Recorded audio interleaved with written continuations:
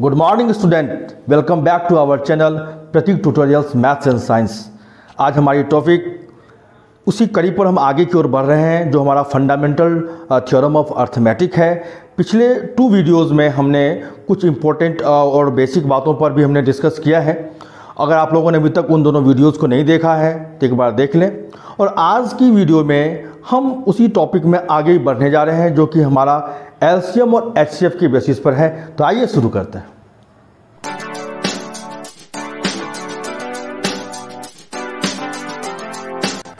Students, हमारे सामने question है explain why 7 × 6 × 5 × 4 × 3 × 2 × 1 + 5 is a composite number.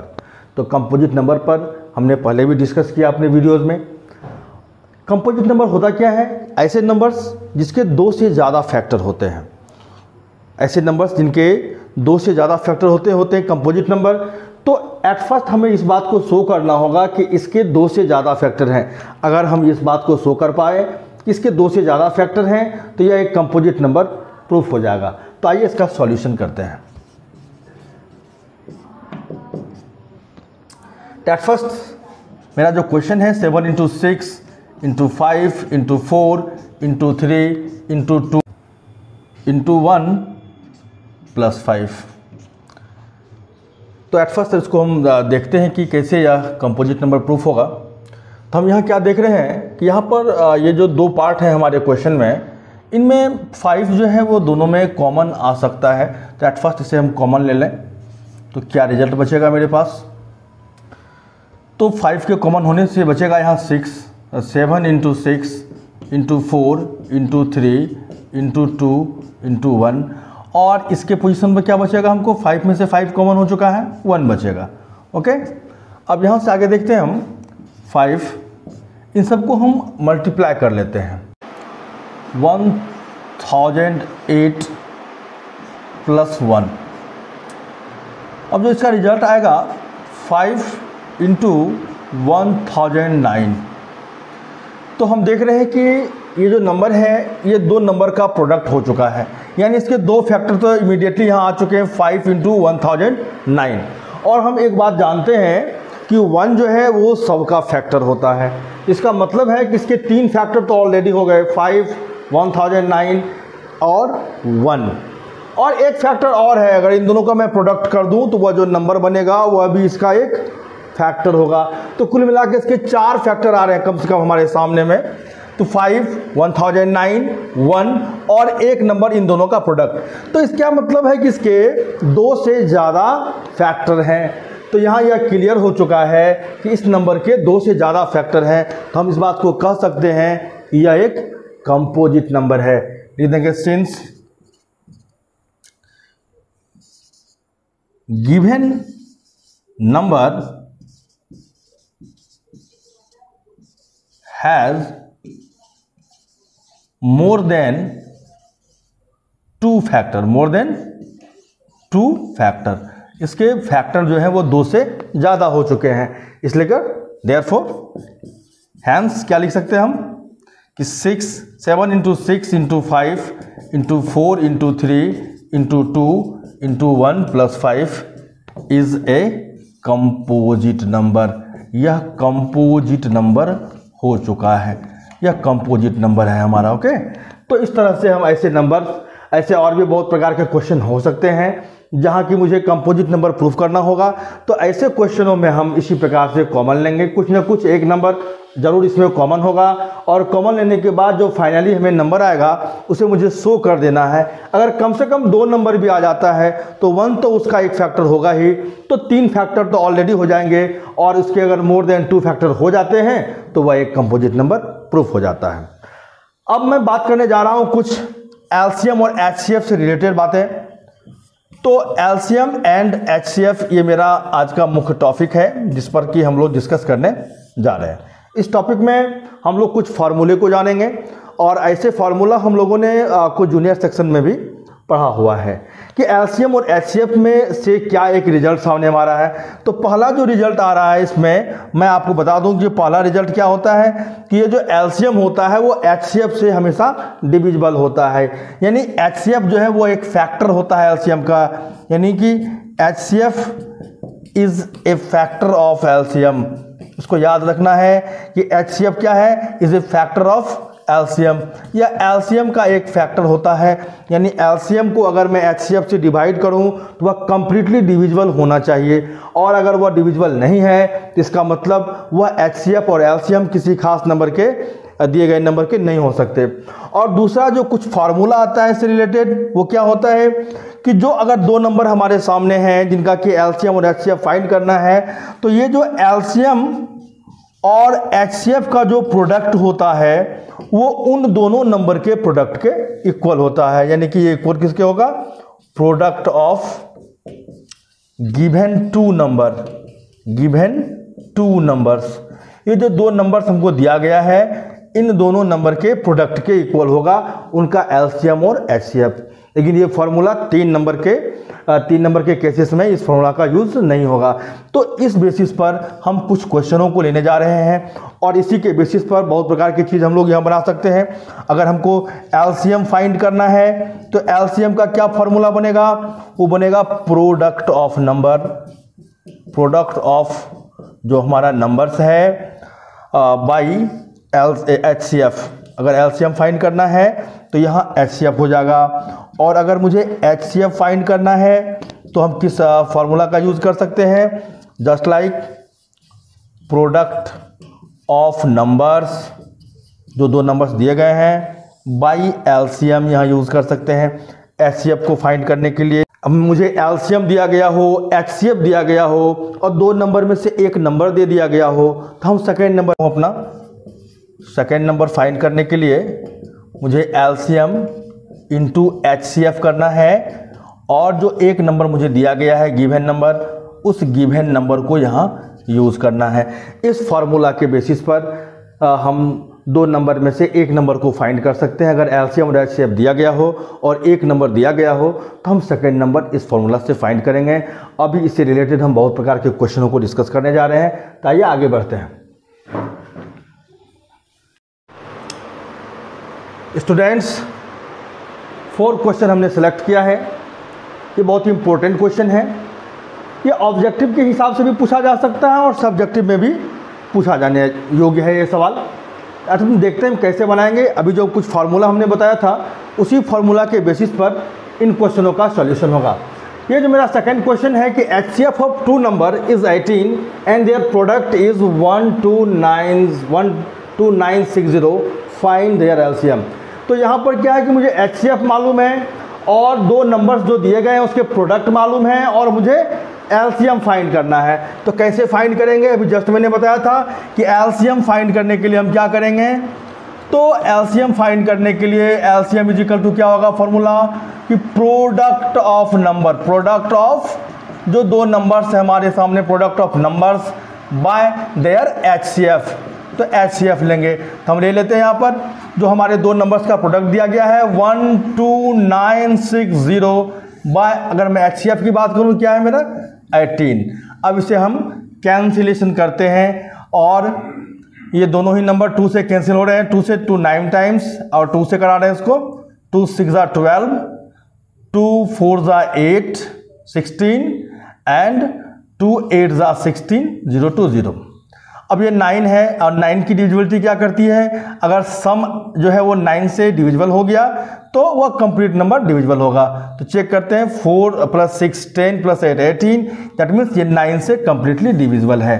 तो 9 से करते हैं इसको डिवाइड, तो क्या होगा, 9 7 जा 63, 1 आएगा 18, 9 2 जा 18 एंड 0। तो ये जो 720 है that is the final my answer, 720 is the LCM. तो ये एलसीएम मुझे फाइंड हो गया है, और इस तरह से इस फार्मूला का यूज़ करके हम एलसीएम फाइंड कर सकते हैं जब मुझे दो नंबर का प्रोडक्ट और उसका HCF दिया गया हो। यहाँ जो क्वेश्चन नंबर मैं 3 ने चूज़ किया हूँ, यहाँ क्या कर रहा है, the HCF of two number is 145 and their LCM is 2175, if one of the number is 725, find the other number. तो मुझे यहाँ अदर नंबर, जो सेकेंड नंबर का फॉर्मूला मैंने दिया था, यहाँ सेकेंड नंबर फाइंड करना है। मुझे यहाँ क्या क्या मालूम है, यहाँ मुझे एलसीएम मालूम है, HCF मालूम है, और एक नंबर जो मुझे गिवन है वो मालूम है। तो हम सेकेंड नंबर फाइंड करेंगे। इसका सॉल्यूशन कैसे करेंगे हम लोग, तो हमने सेकेंड नंबर का एक फार्मूला दिया था, क्या दिया था कि LCM into HCF bye given number, जो मुझे नंबर दिया गया है।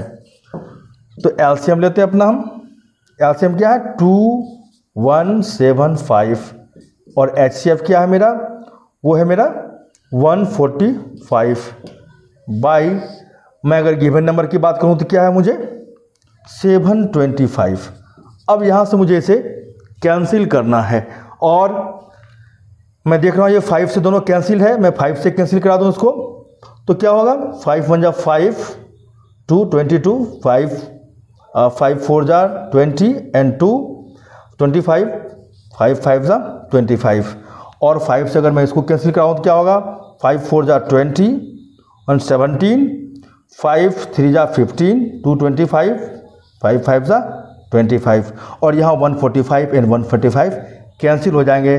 दैट मीन्स ये जो 435 है ये मेरा वो सेकेंड नंबर होगा और इस प्रकार से ये मेरा सॉल्यूशन होगा। तो ऐसे क्वेश्चंस जहाँ की मुझे एलसीएम और एचसीएफ दिए गए हों और कोई एक नंबर दिया गया हो और सेकंड नंबर फाइंड करना हो तो मुझे इसी फॉर्मूले का यूज़ करना है। यहाँ मैं क्वेश्चन नंबर 4 की बात करूँ तो यहाँ मैं देख रहा हूँ कि हमारे सामने दो नंबर्स हैं, ए की वैल्यू है x³ एंड बी की वैल्यू है xy³ और मुझे इनका एचसीएफ और एलसीएम फाइंड करना है। तो कैसे हम फाइंड करेंगे, तो इसके सॉल्यूशन की ओर आते हैं हम। एट फर्स्ट हम एचसीएफ फाइंड करते हैं, ए और बी की जो एचसीएफ है वो हम फाइंड करने जा रहे हैं। तो एचसीएफ के वक्त हमने क्या बताया था, इसका नाम क्या है, हाईएस्ट कॉमन फैक्टर। लेकिन मैंने अपने पिछले जो वीडियो है जहां मैंने एलसीएम और एचसीएफ से रिलेटेड जो फंडामेंटल थ्योरम ऑफ अर्थमेटिक है वहां मैंने समझाया है कि जब एचसीएफ फाइंड करना है, नाम तो इसका हाईएस्ट कॉमन फैक्टर है, बट ऐसे सिचुएशन में मुझे पावर लोवेस्ट चूज करने पड़ते हैं। तो हम देखते हैं ए और बी में जो कॉमन पार्ट आ रहे हैं उनमें पावर्स जो है किसके लोवेस्ट है। अगर मैं बात करूं एक्स की तो इस दोनों जगह जो एक्स है ए और बी की वैल्यू में उसमें सबसे लोअर पावर किसका है, तो वो है एक्स। तो मुझे यहाँ एक्स चूज करना है और इनटू, और अगर मैं y की बात करूं तो y में दोनों जगह जो है सबसे लोअर पावर कौन है, तो ये y² है, तो यहाँ पर y² चूज करना है। यानी एचसीएफ मुझे जिन जिन नंबर का निकालना हो, 2 हो 3 हो 4 हो, इससे कोई मैटर नहीं है। अगर जब भी मुझे एचसीएफ फाइंड करना है तो मुझे दिए गए नंबर में सबसे लोअर पावर को चूज करके यहाँ लिखने की जरूरत है। तो जो फाइनल रिजल्ट होगा वो क्या होगा, xy²। अगर मैं एलसीएम की बात करूं तो वैसे तो एलसीएम जो होता है वो उसका फुल फॉर्म क्या है, लोवेस्ट कॉमन मल्टीपल या लोवेस्ट कॉमन मल्टीपल है।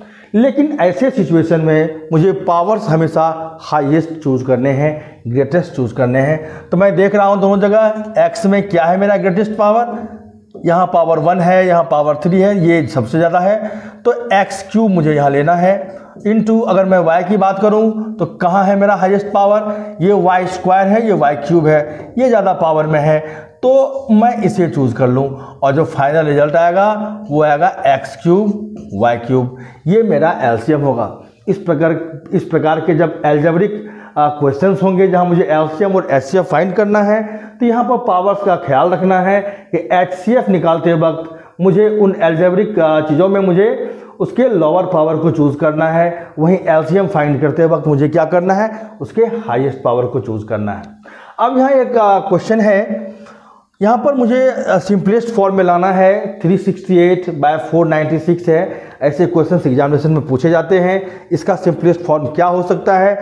तो सिंपलेस्ट फॉर्म को निकालते वक्त हमें सबसे पहले क्या करना है कि मुझे इनका एचसीएफ फाइंड करना होगा।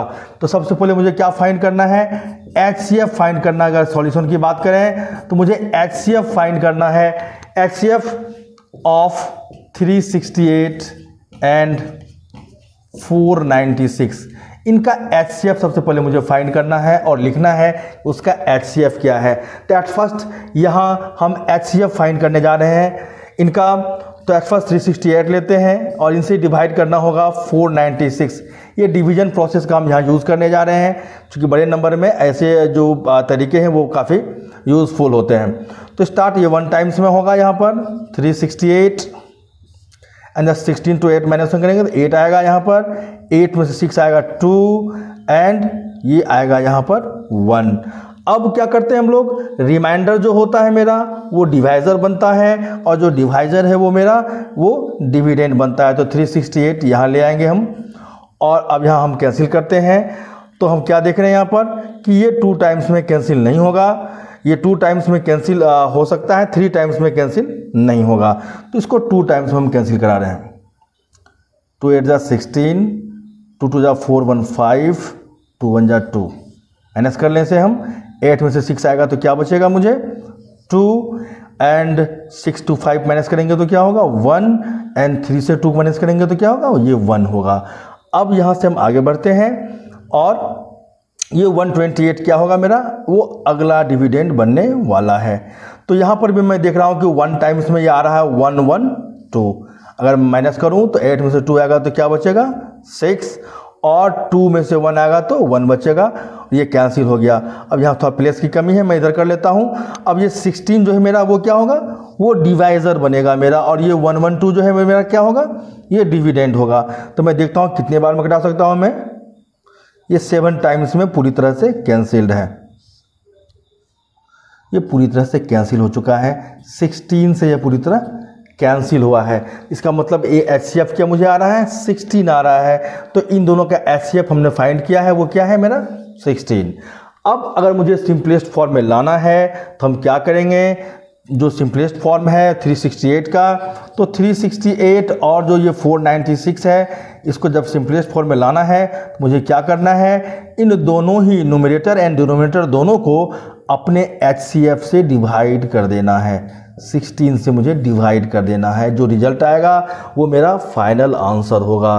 तो हम 16 से डिवाइड करते हैं तो क्या होगा, तो 16 2 जा 32 आएगा यहाँ पर, और 4 आएगा 48, दैट मीन्स 16 3 जा 48। तो ये 16 से 23 टाइम्स पूरी तरह से कैंसिल होगा। अब 16 की बात मैं करूं तो क्या होगा, 16 3 जा 48 आएगा और 1 बचेगा 16 एंड 16 1 जा 16। तो ये 23/31 जो है वो इस नंबर का सिंपलेस्ट फॉर्म है। तो इस प्रकार के जितने भी क्वेश्चंस हमें फ्रैक्शन के फॉर्म में होंगे और उन्हें सिंपलेस्ट फॉर्म में लाना है तो मुझे क्या करना है, उन दोनों का HCF फाइंड करना है, फिर HCF से दोनों नंबर को डिवाइड करना है, जो फाइनल रिजल्ट आएगा वो मेरा सिंपलेस्ट फॉर्म होगा। अब यह दोनों नंबर किसी भी अदर नंबर से डिविजिबल नहीं है। तो इस प्रकार से इन चारों क्वेश्चन को आप नोट कर लें, यह बहुत ही इम्पोर्टेंट है और एग्जामिनेशन पॉइंट ऑफ व्यू में यह ऑब्जेक्टिव और सब्जेक्टिव दोनों ही तरह से पूछे जा सकते हैं। तो इन क्वेश्चनों के बाद हम एक क्वेश्चन और लेने जा रहे हैं। स्टूडेंट्स, हमारे सामने आज का 6th क्वेश्चन है।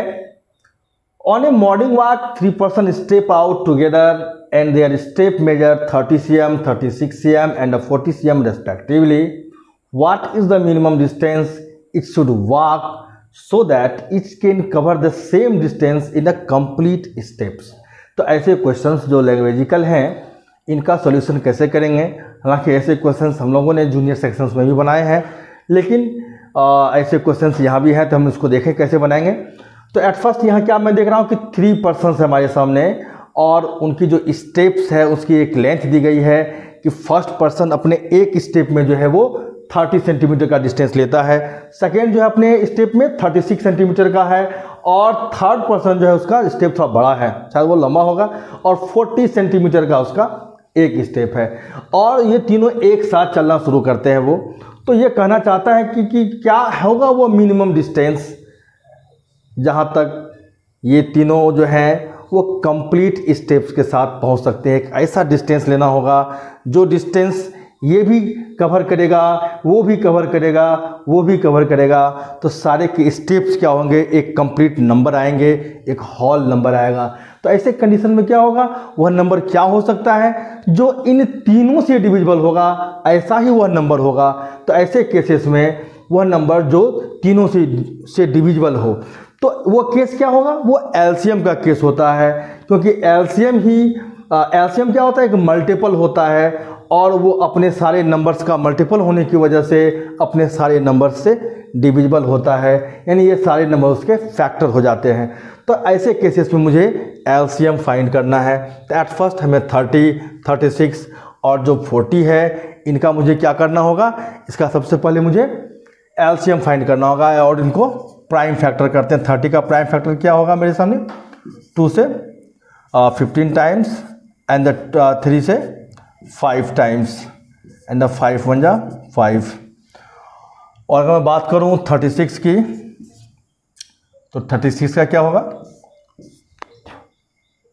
2 से 18 टाइम्स, 2 से 9 टाइम्स, 3 से 3 टाइम्स एंड द 3 से 1 टाइम्स। और अब बच गया मेरे सामने 40 का अगर मैं फैक्टर करूं 2 से 20 टाइम्स एंड अगेन 2 से 10 टाइम्स, अगेन 2 से 5 times and that is the 5 से 1 टाइम। तो मैं क्या देख रहा हूं, 30 का क्या प्राइम फैक्टर आ रहा है, यानी कि 2 इंटू 3 इंटू 5 आ रहा है। और मैं बात करूं 36 की, क्या आ रहा है मुझे, तो वो आ रहा है 2 इंटू 3 इंटू 3।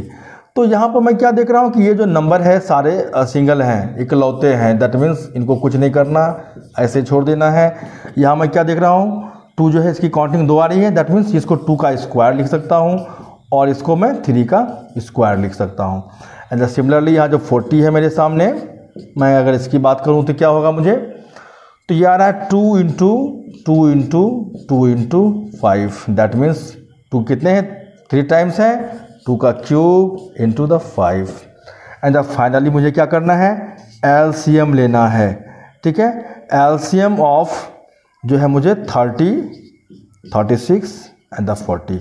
अभी जस्ट हमने प्रीवियस क्वेश्चन में एलसीएम पर डिस्कस किया था कि एलसीएम क्या होता है, नाम तो इसका लोवेस्ट होता है, बट इसका जो एलसीएम में क्या होता है, मुझे हाईएस्ट जो पावर्स होते हैं उनको चूज़ करना होता है। तो अगर मैं इन तीनों 2 की बात करूं, इनमें सबसे हाईएस्ट कौन है, 2 क्यूब, यहाँ मैं 2 क्यूब लूँगा इंटू। और अगर मैं 3 की बात करूं तो 3 में सबसे हाईएस्ट कौन आ रहा है, वो है 3 का स्क्वायर, तो मुझे 3 का स्क्वायर लेना होगा। और अगर मैं 5 की बात करूं तो 5 तो भाई सिंगल ही है, यहाँ भी पावर 1, यहाँ भी पावर 1, दैट मीन्स यहाँ तो 0 है, 5 नहीं है, तो इसका मतलब 0 है, तो ये 5 पर 1 ही यानी 5 ही लेना होगा। अब यहाँ से हम इसकी अगर प्रोडक्ट करें तो क्या रिजल्ट आएगा, 2 पर पावर 3 दैट मीन्स 8, 3 का square that means 9 and the 5, पर इन दोनों को मल्टीप्लाई कर लेता है, 8 5 का क्या होगा 40 इंटू 9। तो फाइनल रिजल्ट क्या आ रहा है मुझे, 360। ये जो 360 है ना, ये है वो नंबर, यानी कि ये 360 सेंटीमीटर का डिस्टेंस ये भी कवर कर सकता है अपने फुल स्टेप के साथ। और 36 सेंटीमीटर जिसका स्टेप है वो भी फुल अपने स्टेप्स के साथ कवर कर सकता है, और 40 वाला भी फुल कवर करेगा। यानी यह एक सबसे मिनिमम डिस्टेंस है जिसको ये तीनों जो है अपने कंप्लीट स्टेप से पूरे कर पाएंगे। तो मेरा वो आंसर आ चुका है। यहाँ क्वेश्चन क्या है, what is the minimum distance, तो लिखेंगे यहाँ पर देयरफॉर रिक्वायर्ड मिनिमम डिस्टेंस। क्या लिखेंगे हम लोग, यहाँ पर लिखेंगे, या यहाँ पर हम फाइनली लिख देते हैं देयरफॉर रिक्वायर्ड मिनिमम डिस्टेंस जो है मुझे, minimum distance equal to 360 centimetre. That is my answer. Dear students, ये question examination point of view से बहुत ही अच्छा है। That's all.